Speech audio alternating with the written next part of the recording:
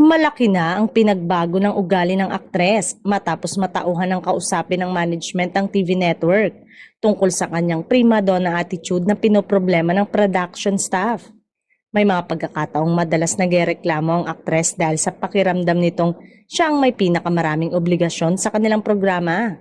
Nagagalit ang aktres tuwing ang eksena niya ang huling kinukunan kahit may mga valid reason at paliwanag ang production staff. Ang pagiging reklamador ng aktres at ang hindi maayos na pakikitungo nito sa kanyang mga kasamaan sa trabaho ang muntik na maging dahilan para palitan siya at mawala ng proyekto.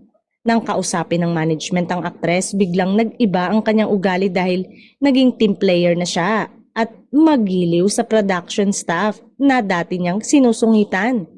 Hindi na nagreklamo ang aktres at hindi na nito kine-question ang mga ipinagagawa sa kanya sa programa.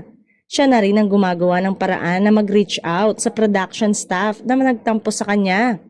Nakatulong ang pakikiusap ng network management sa aktres para mapagtanto niya ang mga pagkukulang at higit sa pahalagahan ang kanyang trabaho. Alam ng aktres na kapag inalis ito sa programa, mahihirapan siyang makahanap ng malilipatang TV station. Tanggap din niya ang katotohanang matutulad siya sa ibang mga artistang naging pasaway at kumalat sa industriya ang hindi magandang reputasyon kaya hindi na nabibigyan ng mga proyekto.